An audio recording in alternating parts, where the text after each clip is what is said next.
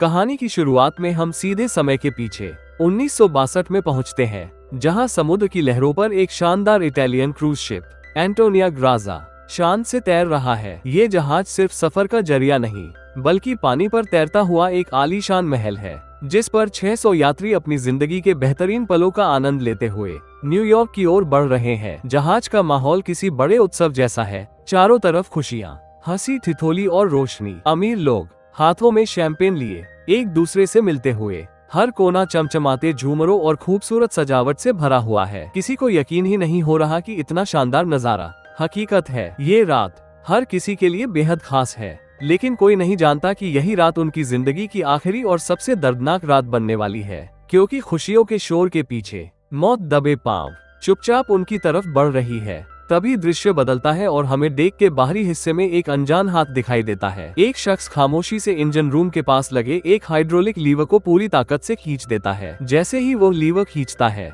जहाज के डेक पर फैला हुआ एक बेहद पतला और मजबूत रेजर शार्प वायर तार अचानक तन जाता है। ये तार इतनी तेजी से पूरी डांस फ्लो के आर पार घूमता है कि किसी को पलक झपकने का भी मौका नहीं मिलता। एक झटके में वहाँ नाच रहे सैकड़ों लोगों के शरीर स्थिर हो जाते हैं। कुछ सेकंड की खामोशी छा जाती है, जैसे समय रुक गया हो, और फिर एक भयानक दृश्य सामने आता है। सभी यात्रियों के शरीर दो हिस्सों में कटकर गिरने लगते हैं। खून का फव्वारा चारों तरफ फूट पड़ता है और वह आलीशान फर्श लाल रंग में रंग जाता है। सिर्फ एक छोटी बच्ची, जिसका नाम केटी था, इस कत्लेआम से बच जाती है, क्योंकि उसकी हाइट कम थी और तार उसके सिर के ऊपर से निकल गया था। वो अकेली उस खून से सने मंजर के बीच खड़ी खौफ से कांप रही थी। समय का पहिया घूमता है और हम 40 साल आगे आ जाते हैं। अब हम बेरिंग सागर के तूफानी मौसम में एक छोटी मगर मजबूत टगबोट आर्कटिक वॉरियर को देखते हैं। इस बोट पर एक साल्वेज टीम, समुद्री कबाड़ और जहाजों को ढूंढने वाली टीम मौजूद है। ये टीम बेहद निडर और पेशेवर लोगों का एक ग्रुप है, जिनका काम समुद्र में खोए या डूबते हुए जहाजों को ढूंढकर उन्हें किनारे पर लाना और बेचना है। हम देखते हैं कि वे एक भारी भरकम जहाज को खींचने की कोशिश कर रहे हैं, जो डूबने की कगार पर है। इस दौरान टीम के सदस्यों का साहस और जोखिम लेने की क्षमता साफ दिखाई देती है। टीम का लीडर मफी एक सुलझा हुआ और अनुभवी कप्तान है। उसके साथ एप्स नाम की एक बहादुर लड़की है, जो टीम की जान है। एक खतरनाक स्टंट करते हुए एप्स उस डूबते जहाज पर जाती है और केबल को काटती है ताकि उनकी अपनी बोट न डूब जाए। ये परिचय हमें बताता है कि यह लोग खतरों के खिलाड़ी हैं और पैसे कमाने के लिए किसी भी हद तक जा सकते हैं। जब ये टीम अपनी सफलता का जश्न मना रही होती है और बार में आराम कर रही होती है, तभी कहानी में एक नया मोड़ आता है। जैक फेरीमन नाम का एक रहस्यमयी अजनबी,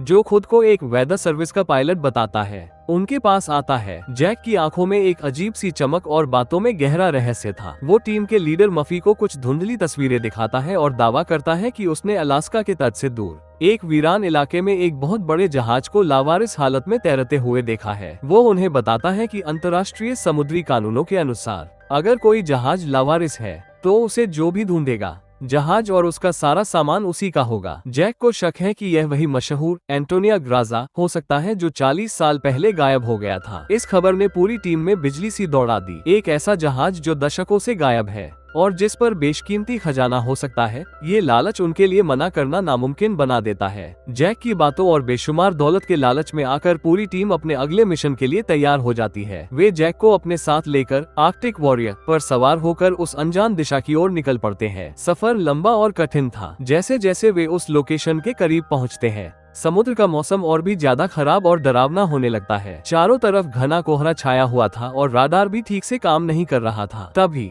राडार पर एक अजीब सी ब्लिप संकेत दिखाई देती है, लेकिन अगले ही पल वो गायब हो जाती है। टीम को महसूस होता है कि वहाँ कुछ तो है। अचानक घने कोहरे को चीरते हुए उनके सामने एक विशालकाय काली छाया उभरती है। यह वही जहाज था, एंटोनिया ग्राजा। जंग लगा हुआ, वीरान और डरावना। समुद्र के बीचों बीच वो किसी मरे हुए दैत्य की तरह खड़ा था। उसे देखकर टीम की खुशी का ठिकाना नहीं रहा, लेकिन साथ ही एक अजीब सी सिहरन भी महसूस हुई। जहाज को सामने देखकर टीम को लगा कि उनकी लॉटरी लग गई है। मफी ने तय किया कि वे जहाज पर चढ़कर उसका मुआयना करेंगे। उन्होंने अपनी बोट को जहाज के पास लगाया और टीम के कुछ मुख्य सदस्य, जिनमें एप्स और जैक भी शामिल थे, उस विशाल जहाज पर चढ़ गए। अंदर का नजारा बाहर से भी ज्यादा भयानक था। कभी जो जहाज रोशनी और संगीत से गुलजार रहता था, आज वहाँ सिर्फ अंधेरा, धूल और सन्नाटा था। लोहे की दीवारों पर जंग की मोटी परतें थी और हर तरफ से सीलन और सड़े हुए पानी की बदबू आ रही थी। ऐसा लग रहा था जैसे ये जहाज उन्हें वापस जाने की चेतावनी दे रहा हो। गलियारों में चलते हुए उन्हें अजीबोगरीब आवाजें सुनाई दे रही थी,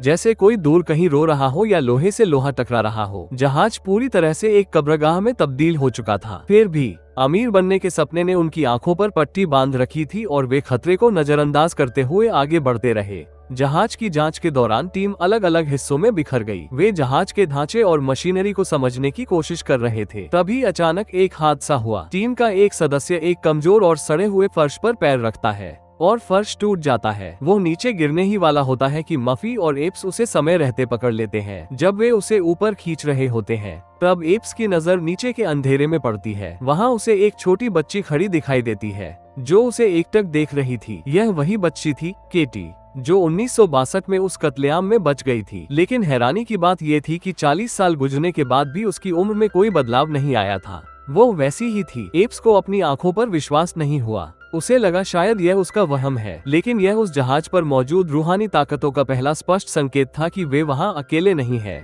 टीम जहाज के और भी अंदरूनी हिस्सों जैसे क्रू केबिन और लॉन्ड्री रूम की तलाशी लेती है। वहाँ उन्हें कुछ ऐसी चीजें मिलती हैं जो उनके होश उड़ा देती हैं। उन्हें एक डिजिटल घड़ी मिलती है। ये देखकर वे पूरी तरह कंफ्यूज हो जाते हैं, क्योंकि 1962 में डिजिटल घड़ियां मौजूद ही नहीं थी। इसका सीधा मतलब था कि जहाज के गायब होने के बाद भी इन 40 सालों के दौरान कोई और भी यहाँ आ चुका था। लेकिन वे लोग कहाँ गए? क्या वे जिंदा बच निकले या इसी जहाज का हिस्सा बन गए? इसके अलावा उन्हें कुछ जगहों पर खून के ताजे निशान और गोलियों के खोखे भी मिलते हैं। माहौल में तनाव बढ़ता जा रहा था। टीम को अब यह एहसास होने लगा था कि यह जहाज सिर्फ एक कबाड़ नहीं है, बल्कि यहाँ कुछ बहुत बुरा हुआ है और शायद अब भी हो रहा है। हर कमरे में एक अनकही कहानी और एक दबा हुआ डर छुपा हुआ था। अगली सुबह टीम को जहाज के गोदाम में कुछ बक्से मिलते हैं। जब वे उन बक्सों को खोलते हैं तो उनकी आंखें फटी की फटी रह जाती हैं। उन बक्सों में सोने की ईंटें भरी हुई थी। ये करोड़ों डॉलर का खजाना था। सोने की पीली चमक ने उस अंधेरे और जंग लगे जहाज को भी रोशन कर दिया था। ये देख पूरी टीम खुशी से पागल हो गई। उन्हें लगा कि उनकी जिंदगी बदल चुकी है। अब उन्होंने योजना बनाई कि वे पूरे जहाज को खींचकर ले जाने के बजाय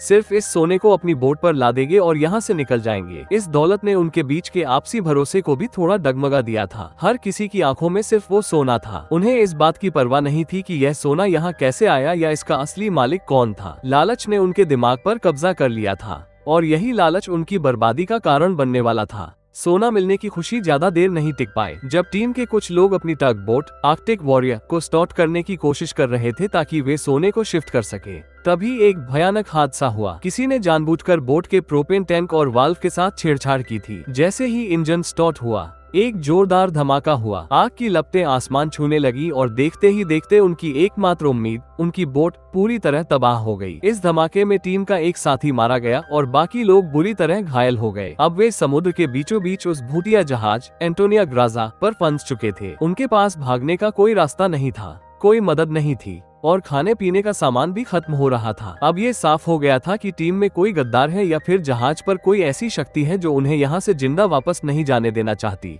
एप्स को बार बार उस छोटी बच्ची केटी की आत्मा दिखाई दे रही थी। अब तक एप्स समझ चुकी थी कि यह बच्ची उसे डराने नहीं बल्कि कुछ बताने की कोशिश कर रही है। एप्स केटी के केबिन में पहुंचती है, जहां केटी की आत्मा उससे संपर्क करती है। केटी उसे एक दृश्य के जरिए अतीत का सच दिखाती है। वो बताती है कि जहाज पर मौजूद यात्री बीमारी या हादसे से नहीं मरे थे, बल्कि उन्हें लालच के लिए बेरहमी से मारा गया था। लेकिन सबसे भयानक सच ये था कि मरने के बाद उनकी आत्माएं आजाद नहीं हुई। इस जहाज पर एक ऐसा सोल कलेक्टर, आत्माओं को जमा करने वाला, मौजूद है, जिसने इन सभी आत्माओं को कैद कर रखा है। जब तक वो शैतानी ताकत खत्म नहीं होगी, कोई भी आत्मा यहाँ से नहीं जा सकती। केटी एप्स से विनती करती है कि वो उन सबको आजाद कराए, नहीं तो एप्स और उसकी टीम का हश्र भी वही होगा जो 40 साल पहले उन यात्रियों का हुआ था। उधर टीम का लीडर मफी जहाज के असली कैप्टन के केबिन में सुराग ढूंढ रहा था। उसे एक पुरानी लॉगबुक और कुछ तस्वीरें मिलती है। उन तस्वीरों को देखकर उसके पैरों तले जमीन खिसक जाती है। एक तस्वीर में उसे वही जहाज लॉरेलाई दिखता है जो एक और डूबा हुआ जहाज था। लेकिन सबसे चौंकाने वाली तस्वीर वो थी जिसमें एंटोनिया ग्राजा के क्रू के साथ एक आदमी खड़ा था। वो आदमी कोई और नहीं बल्कि जैक फेरीमन था, वही शख्स जो उन्हें यहाँ लेकर आया था। तस्वीर 1962 की थी, लेकिन जैक 40 साल पहले भी बिल्कुल वैसा ही दिखता था जैसा आज दिख रहा है। मफी को समझ आ गया कि जैक कोई इंसान नहीं है, वो एक अमर शैतान है जो एक जहाज से दूसरे जहाज पर जाता है, लोगों को लालच देकर वहाँ लाता है उन्हें मरवाता है और उनकी आत्माओं को अपने मालिक के लिए इकट्ठा करता है। जैक ने ही अपनी टीम को धोखा दिया था और बोट में ब्लास्ट करवाया था। अब सच्चाई सबके सामने थी। जैक फेरीमन ने अपना असली रूप दिखाया। उसने स्वीकार किया कि वो एक साल्वेज ऑपरेटर है, लेकिन जहाजों का नहीं बल्कि आत्माओं का। उसने एप्स को बताया कि जब ये जहाज आत्माओं से पूरी तरह भर जाएगा तो वो इसे नरक में ले जाएगा। मफी पहले ही जैक के हाथों मारा जा चुका था, अब सिर्फ एप्स बची थी। उसने तय किया कि वो इस जहाज को और जैक के मंसूबों को खत्म कर देगी। एप्स ने जहाज के विस्फोटकों एक्सप्लोसिव्स को सेट कर दिया ताकि जहाज डूब जाए। जैक ने उसे रोकने की पूरी कोशिश की और उनके बीच एक खूनी लड़ाई हुई, लेकिन एप्स ने हार नहीं मानी और डेटोनेटर दबा दिया। एक बहुत बड़ा धमाका हुआ और एंटोनिया ग्राजा डूबने लगा। जैसे ही जहाज पानी में समाने लगा, एप्स ने देखा कि सैकड़ों चमकीली रोशनियां, आत्माएं पानी से निकलकर आसमान की तरफ जा रही हैं। केटी ने मुस्कुराते हुए एप्स को अलविदा कहा। जैक का पिंजरा टूट चुका था और सारी आत्माएं आजाद हो गई थी। जहाज के डूबने के बाद एप्स किसी तरह एक मलबे के सहारे समुद्र में तैरती रही। घंटों बाद एक बड़े क्रूज शिप ने उसे देखा और रेस्क्यू कर लिया। उसे सुरक्षित किनारे पोर्ट पर लाया गया। वो एम्बुलेंस में बैठी थी, कंबल ओढ़े हुए, अभी भी उस सदमे से बाहर नहीं आ पाई थी। तभी उसकी नजर पोर्ट की तरफ जाती है, जहां साल्वेज टीम के दूसरे लोग अपने नए जहाज पर सामान लाद रहे थे। और वहां उसी भीड़ के बीच वो जैक फेरीमन को देखती है। वो बिल्कुल जिंदा था, एकदम ठीक ठाक, और अपनी नई शिकार टीम के साथ एक नए जहाज की तरफ बढ़ रहा था। एंटोनिया ग्राजा का सारा सोना भी उसी के साथ था। एप्स की चीख उसके गले में ही अटक गई। उसे एहसास हुआ कि उसने जहाज को तो डुबो दिया, लेकिन बुराई को खत्म नहीं कर पाए। जैक का काम अभी भी जारी था। इसी भयानक एहसास के साथ खत्म होती है